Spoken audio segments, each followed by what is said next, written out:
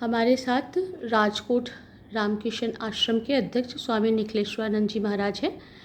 महाराज हमसे बात करेंगे गुजरात में रामकिशन मिशन भावधारा का कैसे आंदोलन शुरू हुआ और कैसे ये अपनी ऊंचाई तक पहुंचा। महाराज।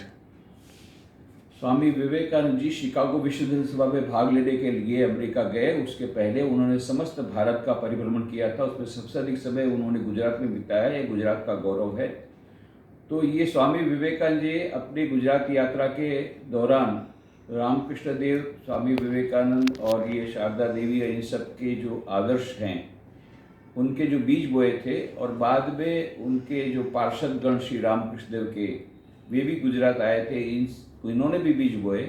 उसी का फलस्वरूप आज हम देखते हैं विशाल वटवृक्ष के समान यह रामकृष्ण भाव आंदोलन गुजरात में फैला है। तो सबसे पहला प्रारंभ हुआ सेंटर राजकोट में। अभी हमारे रामकृष्ण मठ और मिशन के 6 सेंटर्स गुजरात में हैं, जिसमें सबसे पुराना सेंटर है रामकृष्ण आश्रम राजकोट। 1927 में प्रारंभ हुआ था। उसके प्रारंभ के कैसे हुआ उसमें हम अभी नहीं जाते हैं, परंतु 1994 तक ये एक ही सेंटर था पूरे गुजरात में, और इनके माध्यम से पूरे गुजरात में भावधारा का प्रचार प्रसार एवं जहाँ भी कोई जगह कोई डिज़ास्टर होती थी तो disaster relief work, rehabilitation work यहाँ राजकोट के माध्यम से ही सारे गुजरात में होता था। फिर 1994 में लिबड़ी में प्रारंभ हुआ सेंटर। 1997 में पोरबंदर में शुरू हुआ। 2005 में बड़ौदा में शुरू हुआ। 2018 में अहमदाबाद में शुरू हुआ। 2022 में भुज में शुरू हुआ। और ये जो 6 सेंटर हैं उनके अलावा 11 सेंटर ऐसे हैं जो हमारे भक्त चलाते हैं, और गुजरात रामकृष्ण विवेकानंद भाव प्रचार परिषद के अंतर्गत वे एफिलिएटेड हैं, पर रामकृष्ण मठ और मिशन से वे एफिलिएटेड अभी तक नहीं हैं। ये तो सारा जो भाव आंदोलन आज इस स्थिति पर है उसमें बहुत लोगों का योगदान रहा है, परंतु विशेष करके मैं बोलूँगा 2 स्वामी जियों का जिनका बहुत बड़ा योगदान रहा है गुजरात में रामकृष्ण विवेकानंद भाव प्रचार के को फैलाने में एवं इस आंदोलन को फैलाने में। वे हैं, एक हैं स्वामी भूतेशानंद जी महाराज, पूजनीय स्वामी भूतेशानंद जी महाराज, जो कि यहाँ रामकृष्ण आश्रम राजकोट के अध्यक्ष के रूप में 1945 से 1966 तक थे, और बाद में वे समस्त रामकृष्ण मठ और रामकृष्ण मिशन के 12वें परमाध्यक्ष बने। और दूसरे हैं स्वामी आत्मस्थानंद जी महाराज, जो कि रामकृष्ण आश्रम राजकोट के अध्यक्ष थे 1966 से लेकर 1975 तक। बाद में वे समस्त रामकृष्ण मठ और रामकृष्ण मिशन के 15वें परमाध्यक्ष बने। इस प्रकार से राजकोट रामकृष्ण आश्रम ने रामकृष्ण मिशन को 2 अध्यक्ष दिए हैं। ये गुजरात का गौरव है, राजकोट का गौरव है।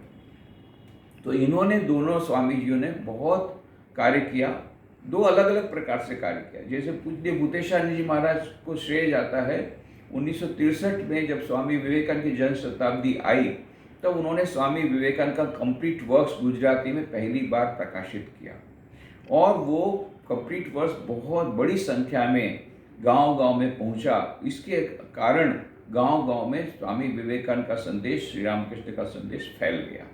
ये उनका लिटरेरी वर्क था। गुजराती इतना अच्छा जानते थे कि कोई भी गुजराती भी उतना अच्छा नहीं जानेगा, और क्योंकि उनके संस्कृत बहुत अच्छा भी जानते थे तो गुजराती जो बोलते थे वो शुद्ध गुजराती बोलते थे, और बड़े बड़े लेखक लोग भी उनके पास आते थे और उनकी सलाह लेते थे। उसके बाद आते हैं पूज्य आत्मस्थान जी महाराज, जो बहुत डायनेमिक थे, और उनका 2 कंट्रीब्यूशन है कि उन्होंने सूरत में बहुत बड़े पाइनएप्पल रिलीफ वर्क किया। कच्छ में बहुत बड़े जो सूरत का रिलीफ था वो फ्लड रिलीफ था, कच्छ में जो रिलीफ वर्क था वो ड्राउट रिलीफ था।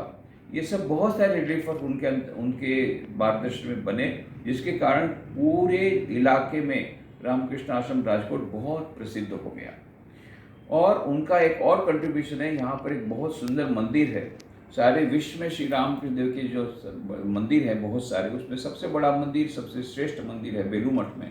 उसके बाद यदि कोई नंबर आता है जो कि स्वामी विवेकानंद की डिज़ाइन के अनुसार, बेलू मठ की डिज़ाइन के अनुसार बना हो और उतना ही उत्कृष्ट हो, तो वह है राजकोट का मंदिर, जिसमें जो प्रतिमा है वह भी प्रतिमा अत्यंत सुंदर है।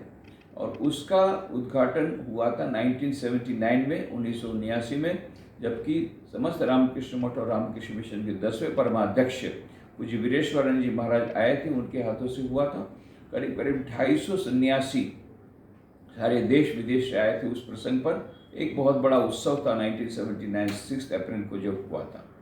तो यह रामकृष्ण आश्रम राजकोट के द्वारा बहुत सारी, और आज की जो प्रवृत्तियां हैं, बहुत सारी प्रवृत्तियां हैं, जिसमें मुख्य वर्ग है प्रकाशन विभाग, जिसमें अभी तक में लगभग 250 किताबें प्रकाशित की गई गुजराती में।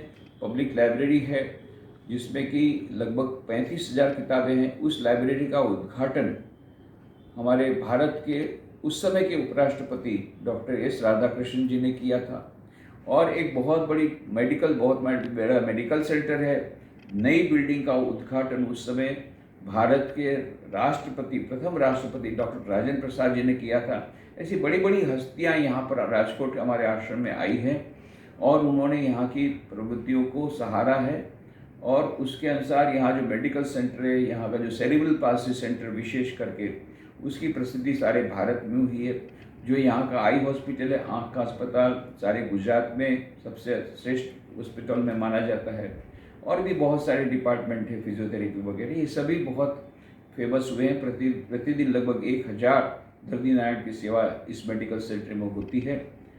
और Vivekananda institute of value education and culture के माध्यम से मूल्यनिष्ठ शिक्षण देने की बहुत प्रकार के प्रयत्न किए जा रहे हैं, जिसमें कई युवा सम्मेलन होते हैं, युवकों के लिए, शिक्षकों के लिए सेमिनार होते हैं और अभिभावकों के लिए सेमिनार होते हैं। और प्रतिदिन यहाँ पर कोई न कोई स्कूल कॉलेज से विद्यार्थी आते हैं, वैल्यू एजुकेशन यहाँ से प्राप्त करते हैं। और इस प्रकार से यह एक रामकृष्ण आश्रम राजकोट का केंद्र पूरे गुजरात में, जो 1927 में प्रारंभ हुआ, आज भी बहुत अच्छी तरह चल रहा है। उसके बाद में जो उसका जो प्रचार प्रसार हुआ है, उसकी बात अभी हम नहीं करते हैं, पर रामकृष्ण आश्रम राजकोट की प्रवृत्ति के बारे में मैंने एक ग्लिम्स आपको दे दी। थैंक यू महाराज, the world of positive news से बात करने के लिए। This is Madhavi Shri from Ramakrishna Mission Ashram Rajkot.